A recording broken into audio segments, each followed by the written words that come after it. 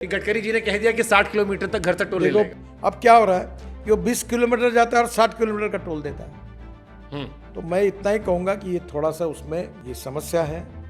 इसको 4 महीने के अंदर हम सैटेलाइट बेस्ड टोल सिस्टम के आधार पर तब एक्चुअल जितना आप जाओगे उतने का ही आपको टोल देना पड़ेगा।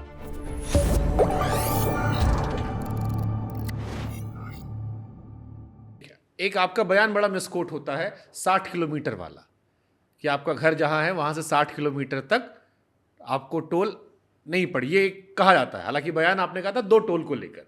वो बयान क्या था, एक बार क्लियर कर दीजिए, क्योंकि आधे लोग तो यही कंफ्यूज हैं देखिए, कि गडकरी जी ने कह दिया कि 60 किलोमीटर तक घर तक टोल ले देखो लेगा। पहले ये नियम बना था, उसके बाद क्या हुआ कि हमने कुछ प्राइवेट बीओटी में प्रोजेक्ट निकाले, हाइब्रिड एन्युटी, बीओटी, ईपीसी, अलग अलग मॉडल है।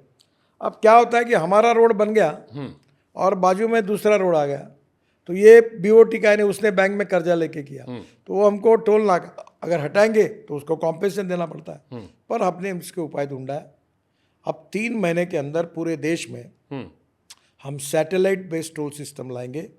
तुम जहाँ से एंट्री लोगे वहाँ तुम्हारे नंबर प्लेट का या हमारा फास्ट ट्रैक का जो कूपन है वो फोटो निकाल लेगा, और जहाँ से निकलोगे वहाँ निकालेगा।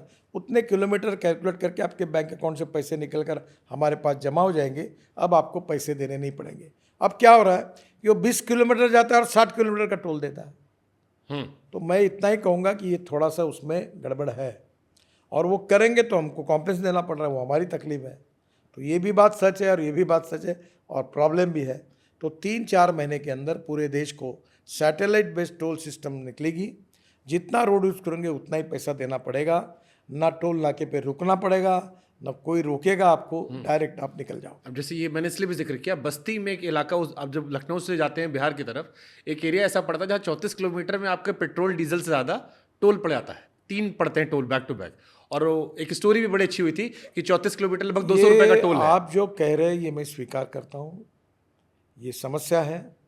इसको 4 महीने के अंदर हम सैटेलाइट बेस्ड टोल सिस्टम के आधार पर ये सब टोल नाके बंद कर देंगे, तब एक्चुअल जितना आप जाओगे उतने का ही आपको टोल देना पड़ेगा। ठीक है। अब एक हाइपोथेटिकल बड़ा कॉमन क्वेश्चन लोगों का आता है कि नेताओं का टोल नहीं लगता सर, मंत्रियों का टोल नहीं लगता, आम आदमी का ही टोल लगता है, क्यों ना एक व्यवस्था की जाए कि सबका टोल लगे। Why VVIP culture?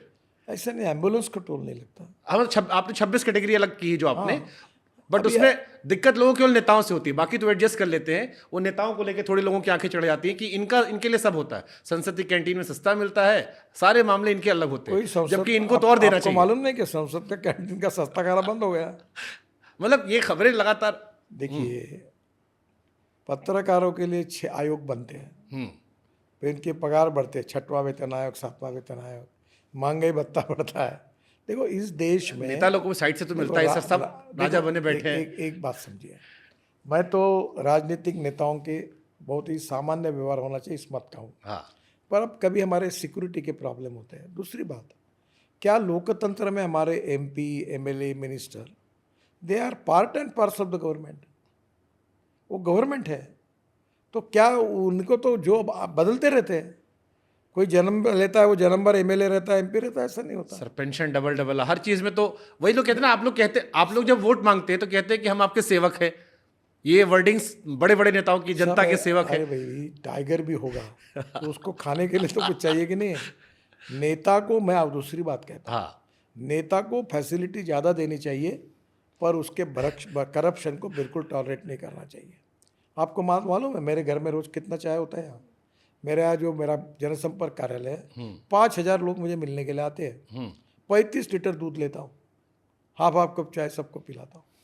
मेरे घर में आप लोगों को मैं अगर यहाँ 4-4 शेप है, मेरे नागपुर से मैं सामान लाता हूँ, खाना खाते हैं लोग।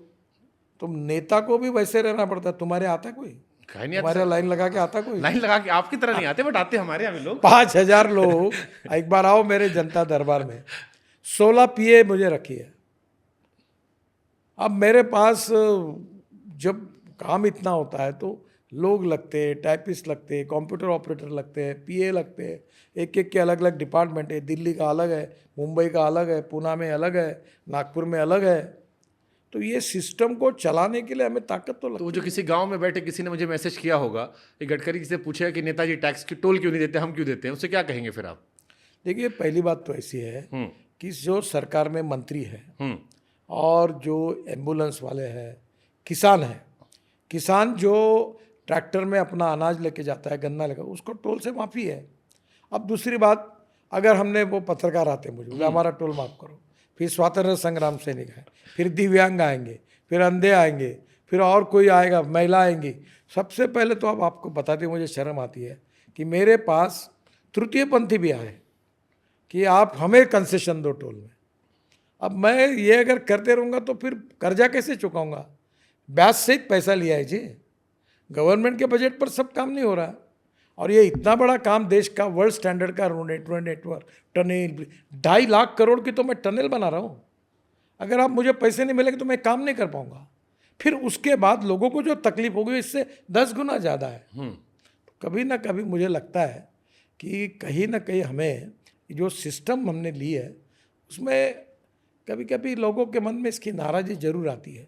पर आज जो नाराज है वही कल एमएलए बन जाता है, तो वो क्या बोलता है, मेरी सहूलत चालू रखो बोलता है। वो ऐसा नहीं बोलता कि मेरी ख़त्म करो। तो ये चलते रहता है, चर्चा होती रहती है।